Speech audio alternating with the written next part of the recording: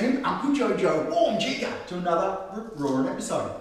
Today I want to talk to you gals and guys out there about Australian regulated plumbing pipe. I know that sounds really big and confusing, but it's not. It's actually really simple. Don't use pipe from overseas. As basic as that is. If you come over here, this is registered pipe in Australia and it has markings on the pipe. Okay, as you can see, there's markings on this pipe. Down here, so that's the cold water, that brown one, and this red one here, that's our hot water. Now, that's from an actual supplier, and that is installed by a professional plumber, okay, not a home handy person.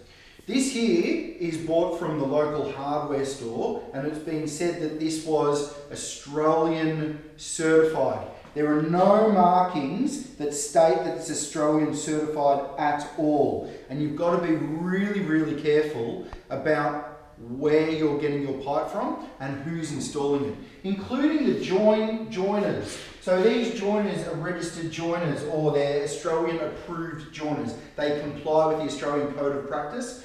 If you get ones off the shelf that aren't made in Australia, we don't know that they're going to be the ones that you can use and are going to be certified. So you've got to be careful.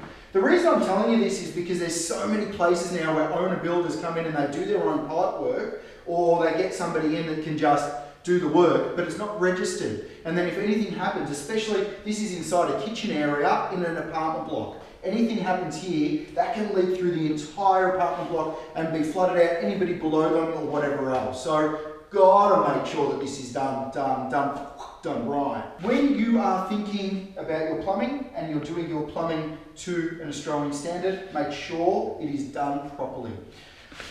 Thanks for watching. Any questions or queries about that, please flick it over and I'll answer it for you best I can, whenever I can. Like always, stay on real banana peels, old. See you in the soup.